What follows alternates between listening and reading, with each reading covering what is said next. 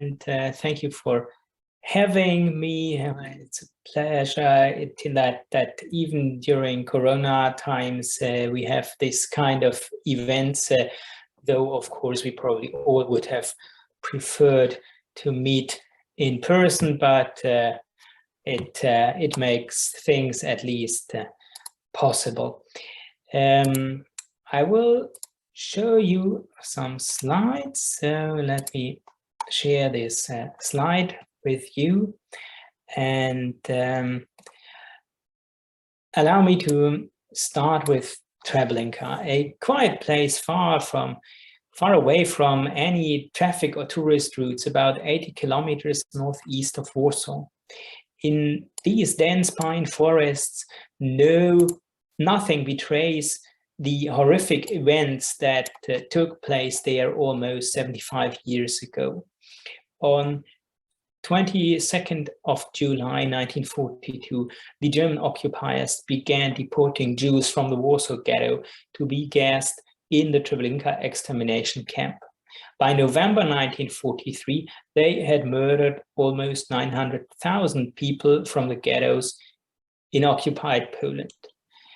They had burned the bodies and buried the ashes.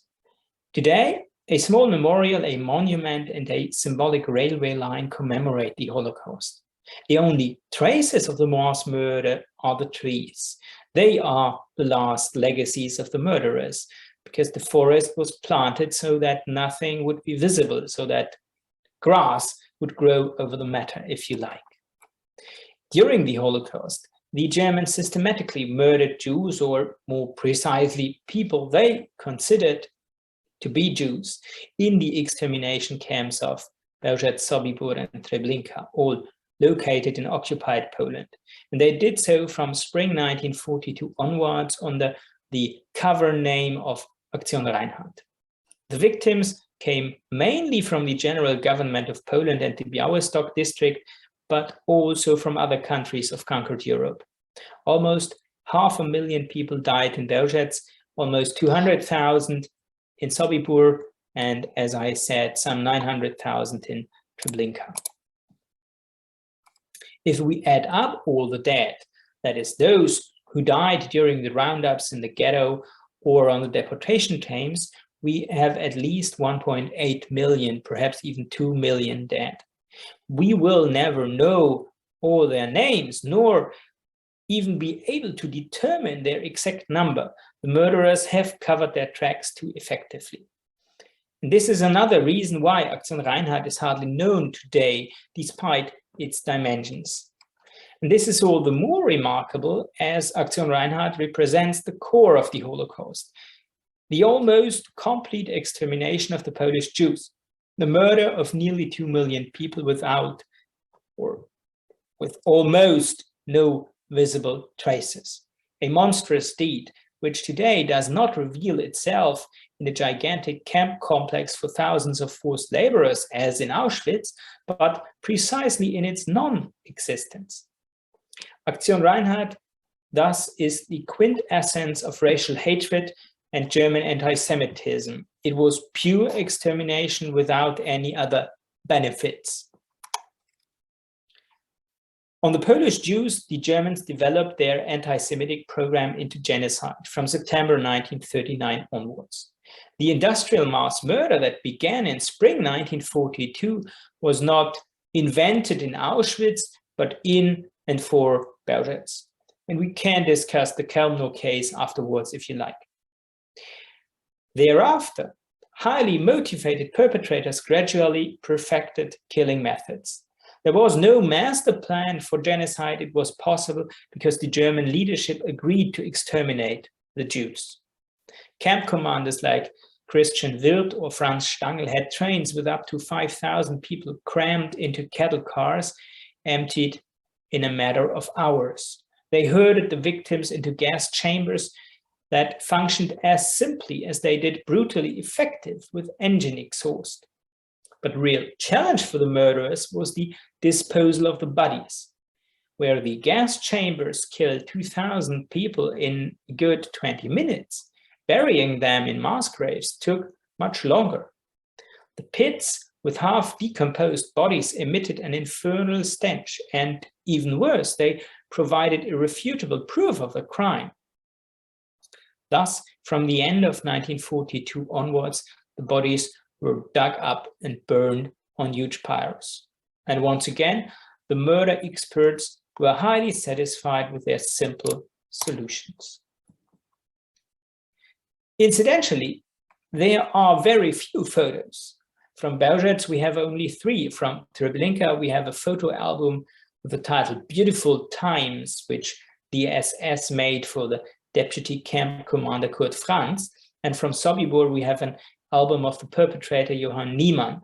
But both albums actually don't show the actual murder process, and also no victims. Well, there are, I think, 4 or 5 you can see in Niemann's album. But in a way, the crime scenes are clean. Aktion Reinhardt proves the smooth cooperation of conscienceless perpetrators with ordinary men of the civil administration, of the Reichsbahn or the police, who sent the Jews from the ghettos to extermination camps without a second thought. The SS and police leader Odilo Globocnik controlled this network from Lublin.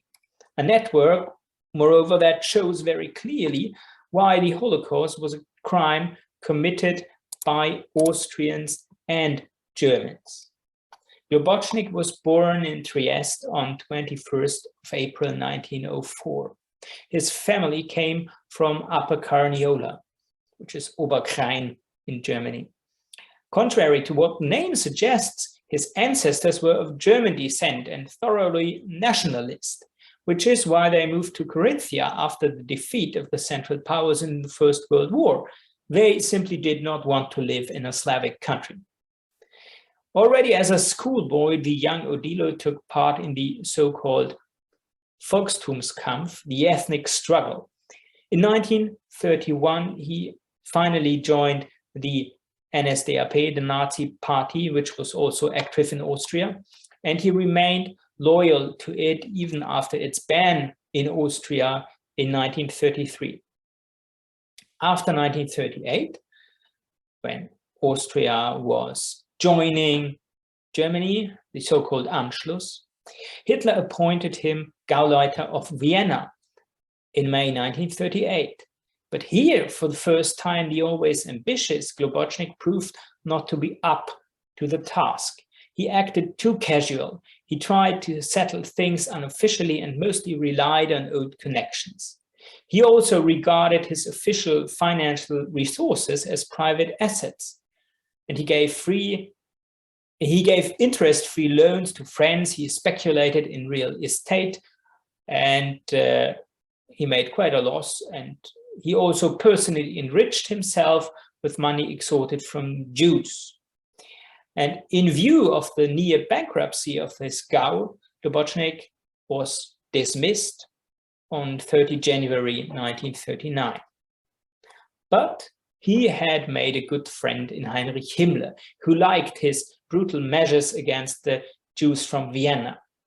And so Himmler appointed him, almost 1 year later, he appointed him police leader, SS and police leader in Lublin on November the 1st, 1939.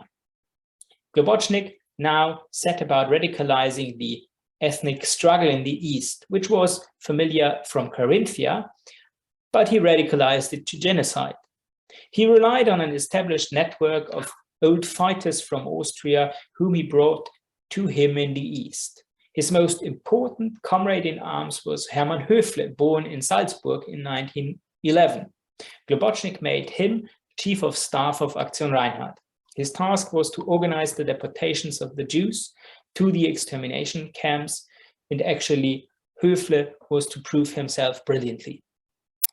The same was true for Christian Wirth from Baden-Württemberg, or only from Württemberg at that time, who supervised the 3 camps, Treblinka, Sobibór, and Bełzec.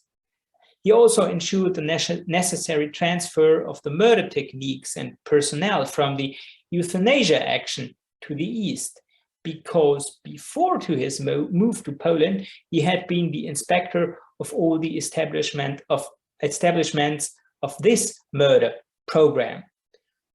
This meant that he had ensured its bureaucratic handling, he issued forged death certificates, he arranged the camouflage to the outside world, he selected helpers, and he supervised the murder procedures himself. And so doctors and staff from psychiatric sanatoria had killed around 70,000 patients in close cooperation with the police. More precisely, they had murdered these patients in gas chambers in which carbon monoxide was released that came from bottles. And the victims then died of carbon monoxide poisoning. It is the key technology of the Holocaust, and it was developed for the murder of mentally ill people. The perpetrators, then sent to the East, had learned from euthanasia, and they formed a well-rehearsed team that was responsible for running the death camps. No one had to be forced to murder. Quite the contrary. The former policeman, the man of rank and file, they worked out of conviction, and they had no interest in giving up this activity. And this was especially true for the commanders of the Aktion Reinhardt centers. Franz Stangl, for instance, was a policeman, and from 1940 to 1942 was employed in the euthanasia institutions at Hartheim and Bernburg as head of administration. Stangl then became the first commander of Sobibór for the 6 months and was then sent to Treblinka to take over this camp. In Treblinka, he replaced Irmfried Eberl, who was a good acquaintance of him. Eberl was a doctor and had been the medical director of the euthanasia hospitals in Brandenburg and later Bernburg. And he had worked there already with Stangl. However, Eberl was unable to cope with the organization of the extermination machinery in Treblinka, and he had to be sent back to the Reich. Stangl simply was the more efficient murderer. In Sobibór, Stangl was replaced by his friend and deputy from Hartheim, Franz Reichleitner, also a criminal police officer. And Reichleitner, Stangl, and Eberl, all three came from Austria and had had similar experiences to Globocnik in the Austrian Nazi Party. The precise organization by these perpetrators allowed for only about 10 Germans to murder in each of the camps. They were able to fall back on former prisoners of war of the Red Army, of whom John or Ivan Demjanjuk in Sobibór achieved probably the greatest notoriety. These men like Demjanjuk, they were called Travniki, and they were called Travniki according to the camp located also in the Lublin district, where they were drilled as helpers for the SS. This division of labor against the Jews, so the division of the murder process, together with the oppressed people of Europe, is a central aspect of the Holocaust. Genocide was possible because in the end, no one actually protested. The cries of the victims went unheard, although the events themselves were well observed. And there are numerous reports by Jewish, Polish, German resistance fighters, but there are also exemplary testimonies from ordinary soldiers, from men and women passing through who witnessed this public secret. Details, of course, remained hidden from them, but they often estimated the dimension of the genocide with an astonishing precision. The few survivors report on the horrors in the camps themselves. They describe despair and the will to persevere and find words for the unimaginable.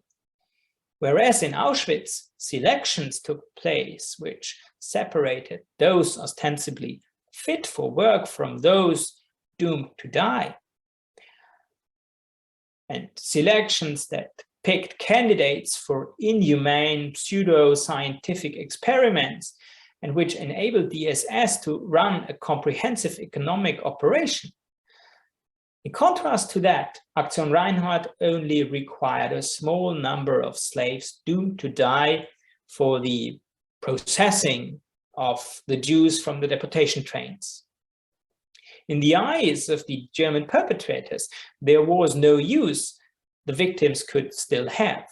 Even their robbery was only a byproduct to help cover the expenses, because camp construction cost money, Reichsbahn trains did not run for free, and also on a personal level, there were opportunities for enrichment. And the perpetrators thus robbed everything from the Jews. And I will now quote from the survivor Richard Glazar. It's unbelievable what the last luggage of thousands and thousands consists of. A small case equipped like a small laboratory, a foldable leather bag containing locksmith tools, various locking hooks, a set of hypodermic syringes with a shiny container for boiling, a huge junk shop in which everything is present, except life. The wind whirls up smaller pieces, paper money, greenish, Polish złotys, Russian rubles, German marks, American dollars, precious stones and gold, valuables easy to take on the run, a small heart of gold with a necklace. On top of a red feather bed with brown diarrhea stains sits a black rabbi's cap. Next to it, a prosthetic leg, a child's crutch. The selection criteria for the prisoners in Bełzec, Sobibór and Treblinka were as simple as can be. Apart from a few specialists, kitchen helpers or doctors for the immediate camp operation, Globocnik's men only needed strong Jews who could dig graves and carry corpses. The latter, these men, these Jews were housed in the so-called death area, so the Jews who had to carry corpses. They had no contact with the other parts of the death facilities. In the other parts, in turn, were Jews who had to provide services, and apart from the aforementioned doctors who also cared for Germans and Travnikis, the cooks and the perpetrators needed people to sort and pack the looted objects. When a new train stopped at the ramp, they sometimes looked for carpenters, tailors, farriers, or goldsmiths to do this. And among the 2,000 people who had gathered, few usually came forward, and the SS made a selection even amongst those very few. So one had to be very lucky to be picked, especially since often on many transports, no one was actually spared. And so more than 500 prisoners rarely worked in one of the 3 death camps at a time. Those whom the camp staff did not drive directly into the gas chambers had to learn quickly. Richard Glazar was told by another inmate upon his arrival at Treblinka on the 10th of October 1942. After 2 or 3 days, if you're still alive and you come to me, you will know that there is everything in Treblinka, everything, but no life. And very similar was the introduction Samuel Willenberg, another survivor, received. There's nothing here at all, not even life. You're in Treblinka, the biggest shit heap of a camp ever. Have you noticed that they haven't shaved our heads? Nobody cares. It's not a labor camp or a concentration camp. It's just a gigantic extermination camp, genocidal operation. The prisoners thus were constantly confronted with death, that of family members and friends, that of strangers, and as a constant threat, their own death. But they could not afford to pause in their work, otherwise they would be beaten by the Germans and the Travnikis, or immediately be shot. Mordechai Goldfarb reports on the abuse in Sobibór, which was also part of everyday life in Bełzec and Treblinka.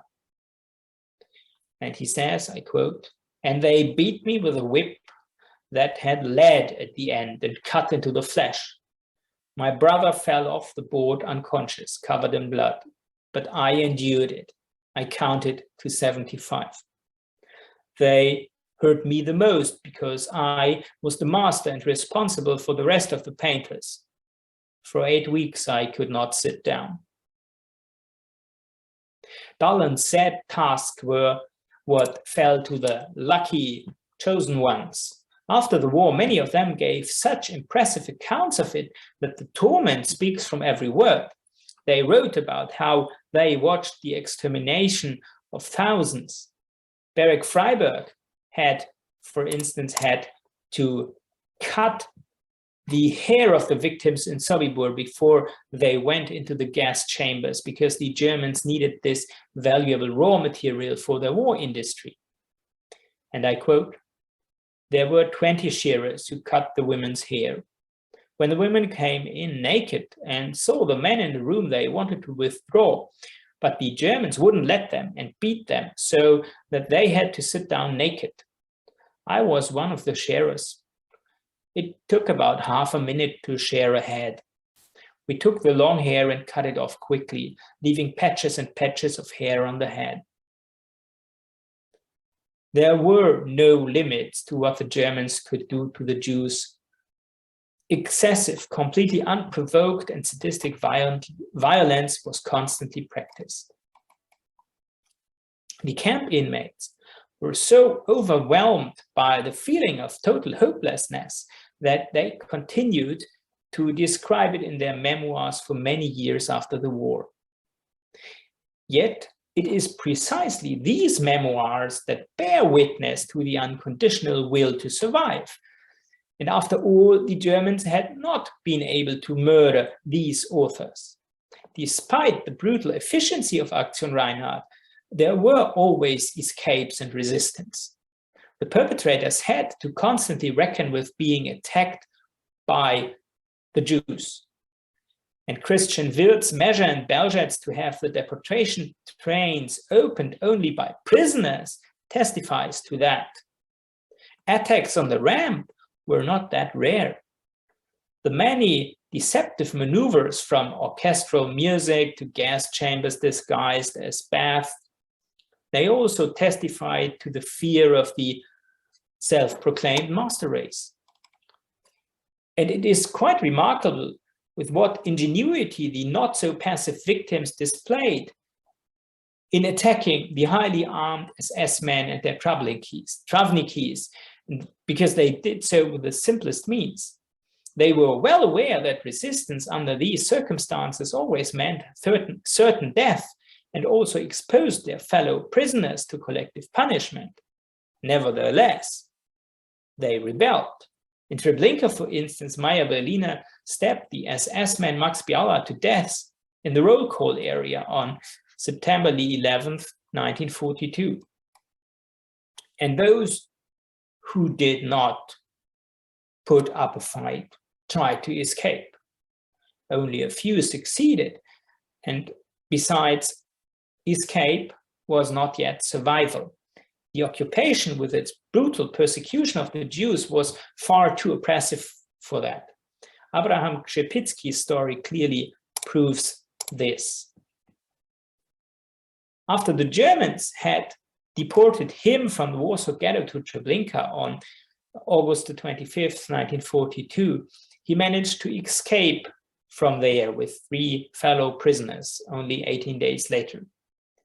On that day, he and the other prisoners had to load freight wagons with looted clothing. The 4 escapees hid under a mountain of coats, which the SS did not notice. And so they traveled a few kilometers by train and then jumped off. Krzepicki then returned to Warsaw, to the Warsaw ghetto, a few weeks later. And he had to discover that there was no trace of his 3 comrades, although they wanted to meet in Warsaw. For the 25-year-old Zionist, the conclusion from this experience was quite clear. The Jews had to resist, they had to put up a fight. So he joined the Jewish combat organization, the Żydowska Organizacja Bojowa, and he took part in the Warsaw Ghetto Uprising in April 1943. This uprising may have seemed hopeless and a desperate act without any chance of success, but it once again sent out that all-important signal that Jews would not be led like sheep to the slaughter. And at least that was the impression the uprising gave to the perpetrators as well as to their victims. And that is why Jews in Treblinka and Jews in Sobibór actually also had uprisings. In Treblinka, the uprising on the 2nd of August 1943 was a rather random event, not very well organized. And here is a remarkable photo taken from a Polish train operator or railway station manager of the Małkinia station, Franciszek Ząbecki, who was working for the Polish underground, and he photographed the burning death camp of Treblinka. In Sobibór, on October the 14th, 1943, the rebellion broke out with almost military precision and planning. Here, Leon Feldhandler had been able to win over Alexander Peczerski as the military leader of a resistance movement. Peczerski was a Red Army lieutenant who had arrived with a deportation train from the occupied Soviet territories, and he had plenty of combat experience. And their plan was quite captivating. Within an hour, they wanted to kill as many Germans as possible and then move on to an open revolt and finally a mass escape. After extensive preparations, they then strike on October the 14th, 1943, a date on which several SS men, including the camp commander Franz Reichleitner, are absent. The prisoners actually want to start at 4 p.m., but Untersturmführer Johann Niemann shows up at the tailor's shop a quarter of an hour earlier. There, at this shop, he has ordered a new uniform, and he takes off his jacket and his gun, and then Alexander Shubayev kills him with an axe. And this is actually the first gun that fell into the hand of the prisoners.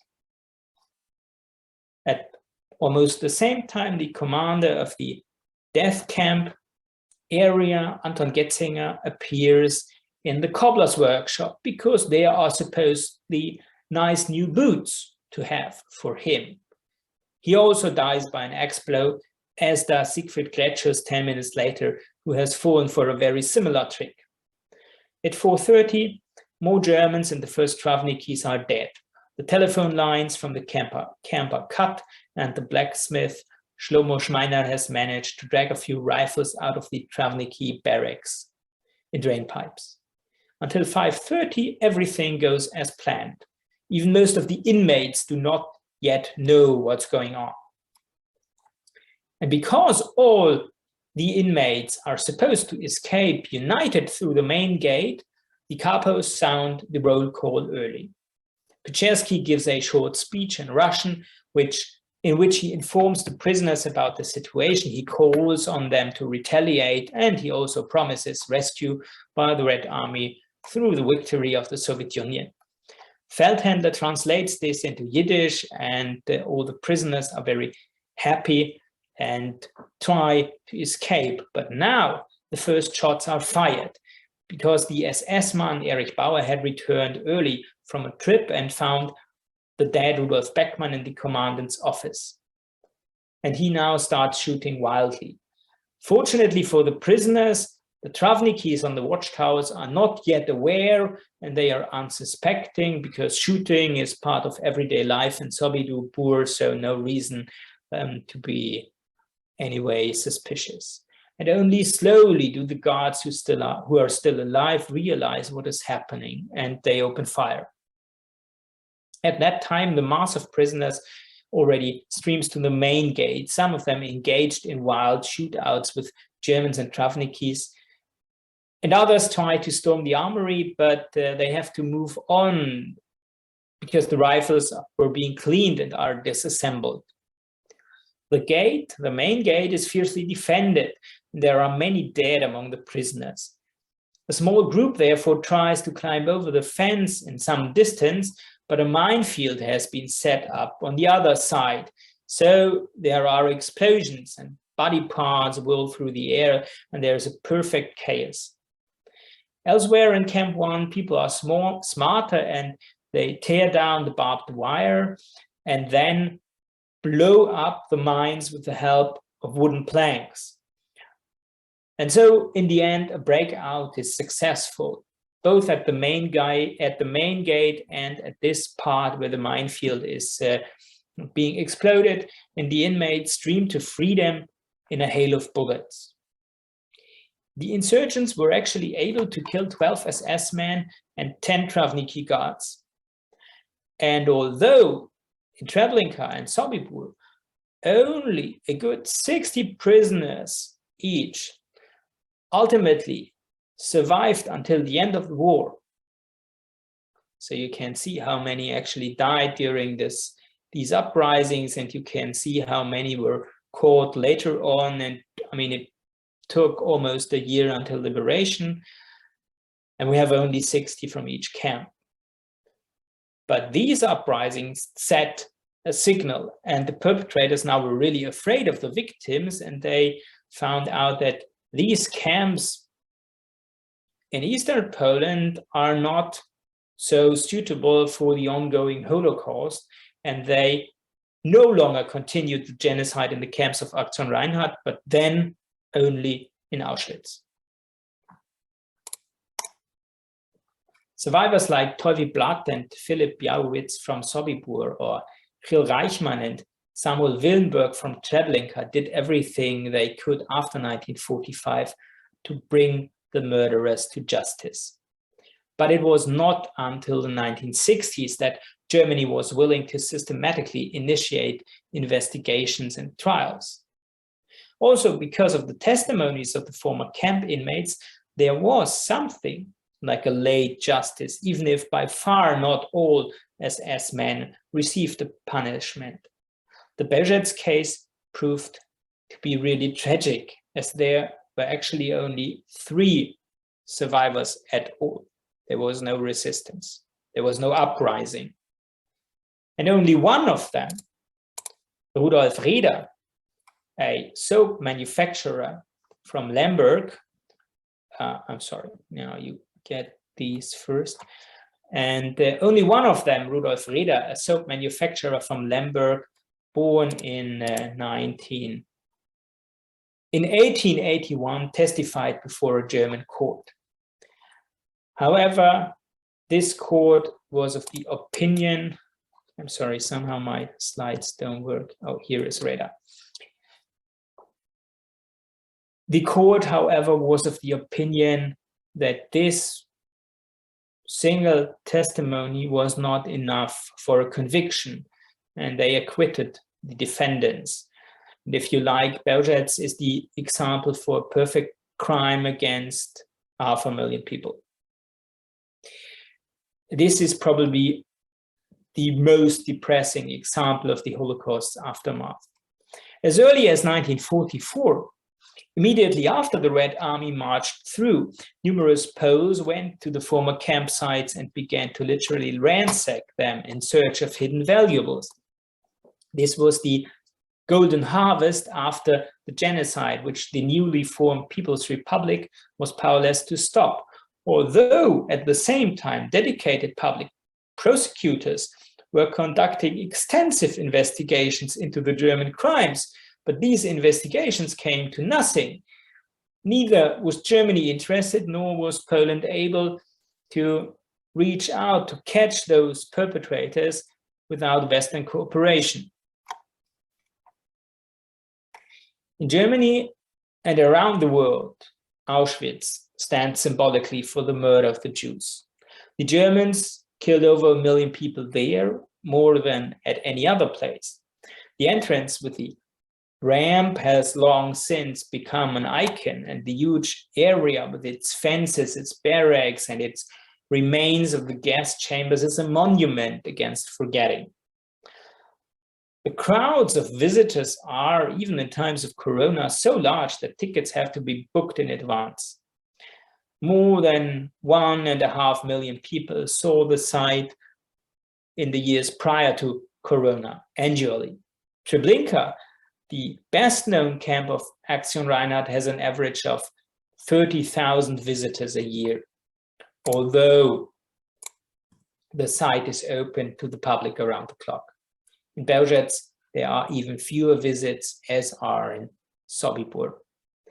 At least the new excellent museum has just been built there, and the actual campgrounds are also being redesigned. And I will show you these in a second. Here you have Bełzec, and here you have the Sobibór Memorial. Commemoration has always been difficult because less than 150 people actually survived the extermination camps of Aktion Reinhardt. Most of them migrated to the US and to Israel so that they were no longer able to be involved locally. And in the Polish People's Republic, commemoration in Auschwitz and Majdanek was given priority because persecuted communists could also be commemorated there. Jewish commissions immediately after the war did a lot of lobbying for Treblinka as a memorial site, but they were unsuccessful. Instead, the communist government financed a monument to the Warsaw ghetto resistance because this stood for heroism instead of suffering, and it was also instrumentalized against the Warsaw Uprising of 1944, the uprising by the conservative Home Army, which was very unpleasant to the communists in government, which did not have something like the Warsaw Uprising they could show. The People's Republic of Poland did not erect memorials until the 1960s, and these memorials may well be seen as a reaction to the first trials in Germany at the same time. Permanent exhibitions in museums have only existed since the 2000s. In Treblinka, this exhibition is limited to 3 rooms. It's organized as a regional museum and with a similar look and feel. And they say that by 2025, the organization shall change and the new museum shall be built, but we'll see. In Bełzec, the museum was completely redesigned in 2004, and it's actually a very good museum. The most brilliant museum is in Sobibór, and it's very new. It only opened last year. So this is actually the really state-of-the-art Holocaust museum. For the Communist People's Republic of Poland, the Holocaust has been forgotten in an organized way and on purpose. The extermination of the Jews has been deliberately suppressed from public memory. In Germany, the situation was, and one could say is, only marginally different. The criminal trials mentioned above actually confirm rather than refute this rule. And even today, there is at most a general awareness of the historical guilt of the Holocaust, which goes hand in hand with a comfortable feeling of having sufficiently confronted one's own past, of having overcome, bewältigt this past. But when it comes to specific knowledge about Aktion Reinhardt, then things are very dark. In Poland, I think the museums in Bełzec and Sobibór stand in a stark contrast to this. But in Germany, as recently as 2013, the then Secretary of State at the Federal Foreign Office, Cornelia Pieper, refused financial aid for the construction of a memorial in Sobibór, and she stated, We were told that until now projects had been prepared with other partners, that is, with the countries that were affected, that also had prisoners. Germany was not one of them. On the part of the perpetrator nation, this is absurd in itself, but it's also factually incorrect. And it clearly shows what I said about why German knowledge is lacking. And because although the primary aim of Aktion Reinhardt was the murder of Polish Jews, Adolf Eichmann also sent trains from Western Europe to the east. And in fact, about 25,000 German and Austrian Jews were among the victims of Sobibór. Others killed there and in the other two camps were Jews from Greece, from Yugoslavia, from the Reich Protectorate of Bohemia and Moravia, which is now the Czech Republic. It was Jews from Slovakia, from France, and from the Netherlands. We have roughly 1/3 of the Dutch victims of the Holocaust actually were murdered in Sobibór, and as well as Belarus and Lithuania. And there's also about 2,000 Sinti and Roma murdered in these camps. So we have a true European dimension of genocide, which comes with Aktion Reinhardt and which is also widely forgotten. In the end, and after several years of lobbying in Berlin, the Foreign Office gave 900,000 euros for the museum in Sobibór, and it also subsidized the printing of the catalogs. But Germany did not give this amount of money, which is quite modest, to be honest. And if you want to be a little bit polemical, you can say, well, it's 5 euros per victim. Germany did not give this money on its own, but it waited for a request from Poland. Most welcome cross-party initiative of the Bundestag Subcommittee on Foreign and Cultural Relations, which wanted to provide a total of 4 million euros, and instead for giving it only, and wanted to give it for the museum and for political education on Aktion Reinhardt, and they wanted to give it without a request from Poland. This initiative failed due to the veto of the budget committee.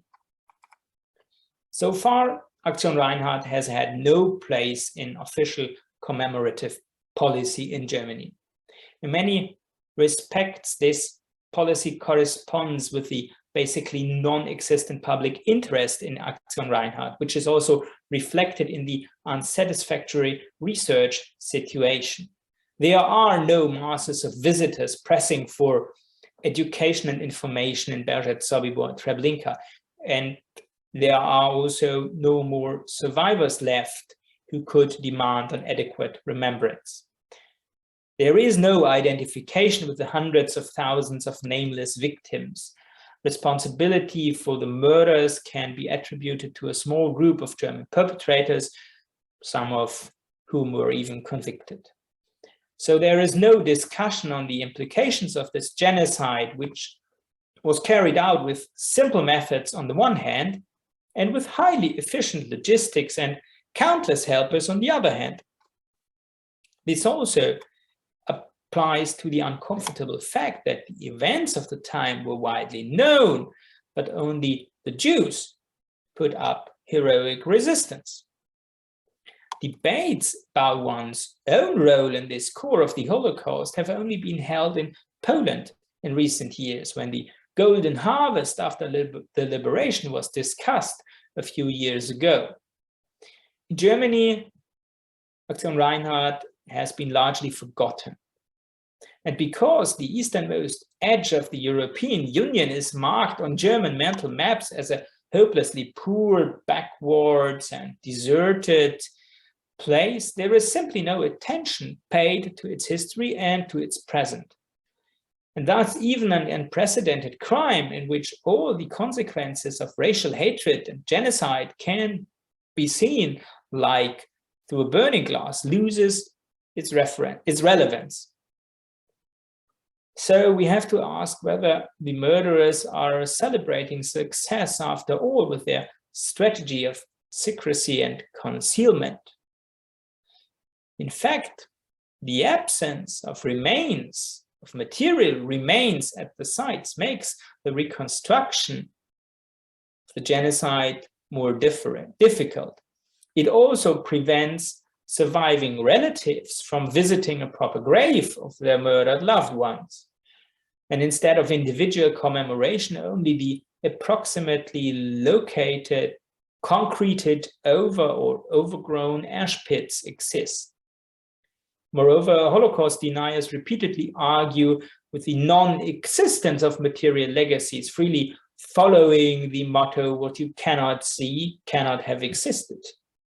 The dismantling of the murder centers is therefore an essential part of the final solution of the Holocaust. The Germans not only exterminated the Jews, but also the evidence of their very existence and their suffering. So further scientific research into Aktion Reinhardt is indispensable for the preservation of memory. All of this is certainly an unpleasant outcome, but there are also some glimmers of hope.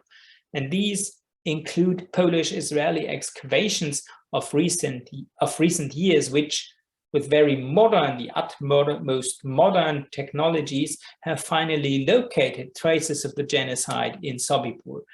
Actually, they found more than 20,000 objects. They found evidence of an escape tunnel dug by Dutch Jews, which was betrayed at the time. And last but not least, they found the foundations of the gas chambers. And these are very impressive finds, also of great scientific relevance.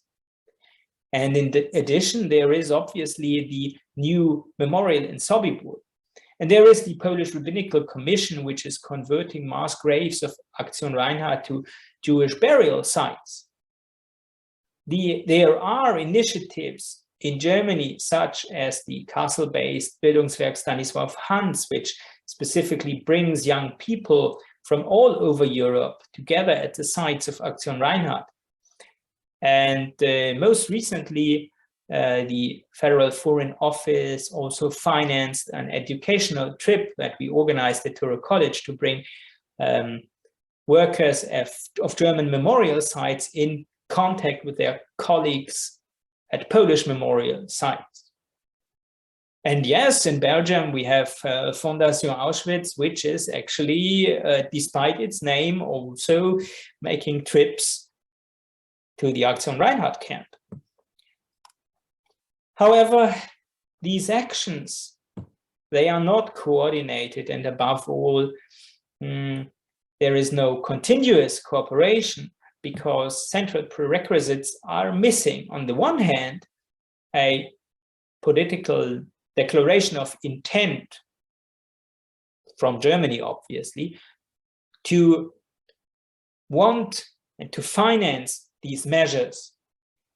So it's the political will and it's money that is missing. This would be particularly important because the last survivors of Treblinka and Sobibór died in 2019. And so the central challenge of Aktion Reinhardt, which Treblinka's first chronicler, the Holocaust survivor Rachel Auerbach, formulated 70 years ago, now arises with even greater urgency. The world is about to start forgetting more than one event. So it's high time it got to know histories like these a little better. Thank you for your attention.